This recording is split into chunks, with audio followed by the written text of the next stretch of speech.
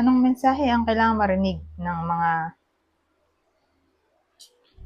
Capricorn mula October 27 to November 2, 2024? Pwedeng nangyayari na to o mangyayari pa lang. Kung hindi man para sa inyo itong magiging reading, di baka para sa someone na malapit sa inyo o sa someone na kakilala nyo mismo. Baka may lumabas na gender, mamaya gawin nyo na lang energy, masculine at feminine energy. Pwede rin naman na huwag nyo nang pansinin ang gender.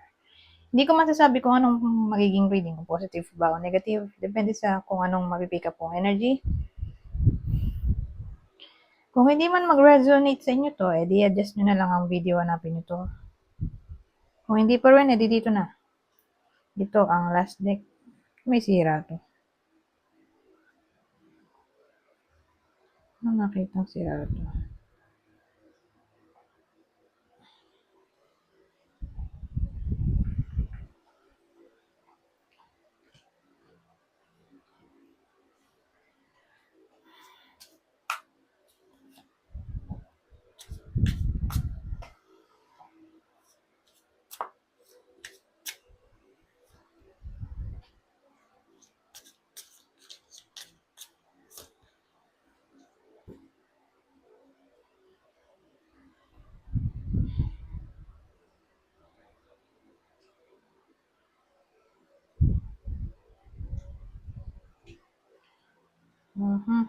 So, ano to?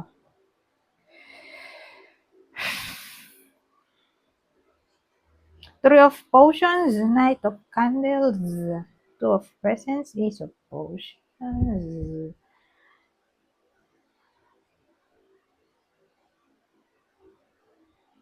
Candle to eh. Ito press.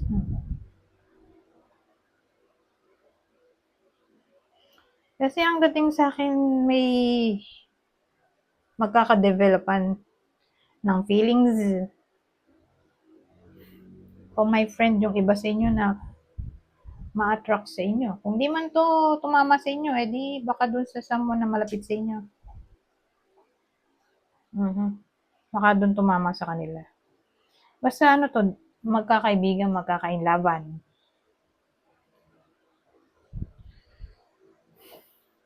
Actually, parang atong ano eh, nangyayari na para sa iba sa inyo. O sa kakilala nyo. May ligawan na dito eh. May ligawan na nangyayari. Tapos, magiging sila na sa week na to. Kasi kung nangyayari na yung ligawan, bago pa ngayong week, edi sila na. Sasagutin na yung nanliligaw. Oh, Ace of Potion to. Ace of Cups.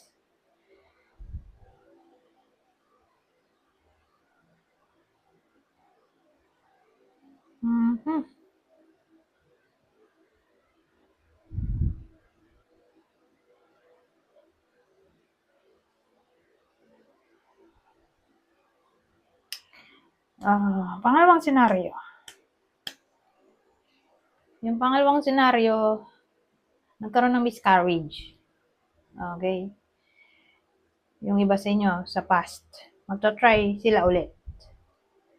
At ayun, ngayong week, mabubuntis. Okay? Siyempre yung babae. Mabubuntis yung babae. Alangan yung lalaki. So, mabubuntis yung babae. Okay? Kung magta-try again sa week na to, finally, yun na nga, mabubuntis na. So, case-to-case basis. Kunin nyo lang yung info na sa tingin nyo ay fit sa sitwasyon nyo. Ngayon, punta tayo dito. Ay, maganda sana yun, no? The Elixir. Kaya nabalik to.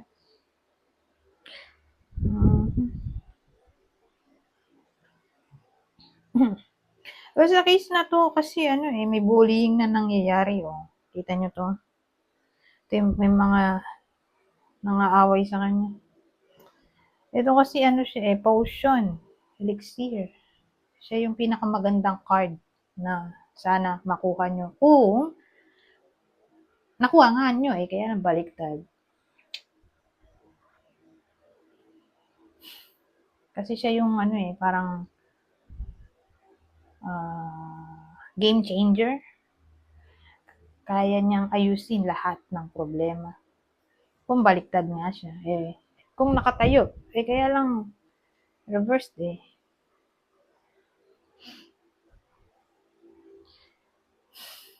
So, ibig sabihin,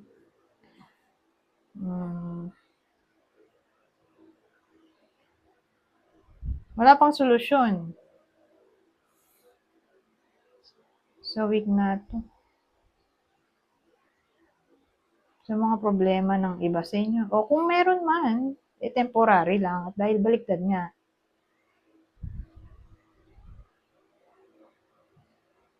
So, sabihin natin maayos, pero babalik ulit siya sa dati. Parang temporary lang talaga yung solution. Kung masolusyonan nga. Pero malaki ang porsyento na hindi maayos ang dapat ayusin.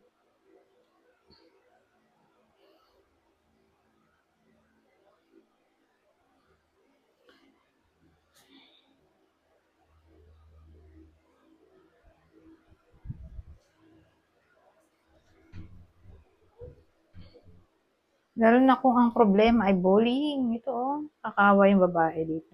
Sinisigawan siya ng mga tao sa paligid niya. Oh, pwede siya ring ano eh, card ng anxiety. In a way na hindi maalis sa isip ng babaeng to itong mga kaaway niya. O depression. Sad to say, ganun. Pero, since medyo problematic yung case na yan, kuha tayo ng ibang deck para lang may mabigay akong advice. So, kung ganito ang maging sitwasyon ng iba sa inyo sa week na to, hindi nila maayos yung kanilang problema, ito ang advice. Pero ngayong week lang naman yan. So, kung ano man yung problemahin nyo, hindi pa rin siya maayos sa week na to. Week lang na to. So, ito ang advice sa week na to. Basahin ko na lang. The voice that tells you. Wow, voices.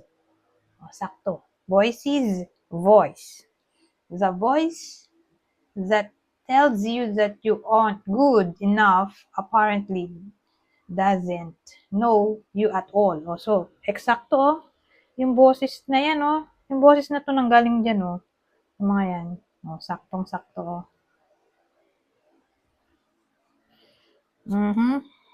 Ngayon, kuha pa tayo ng isa pa.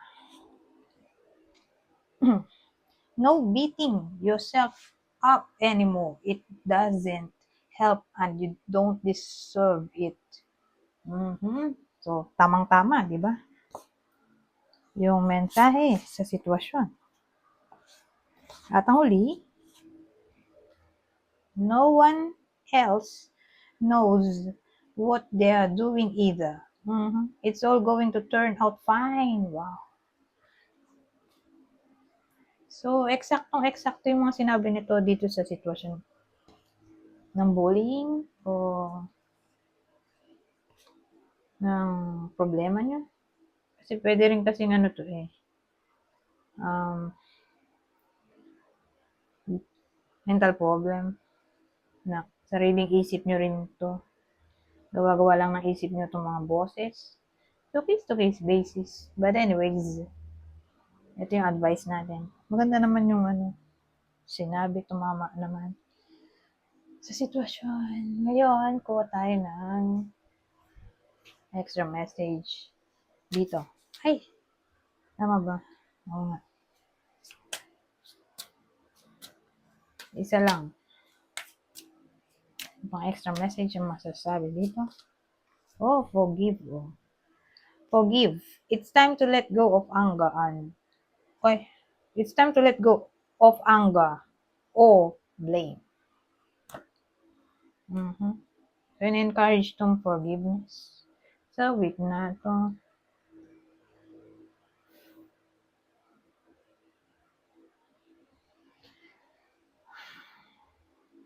Anyways, hanggang dito na lang. Goodbye.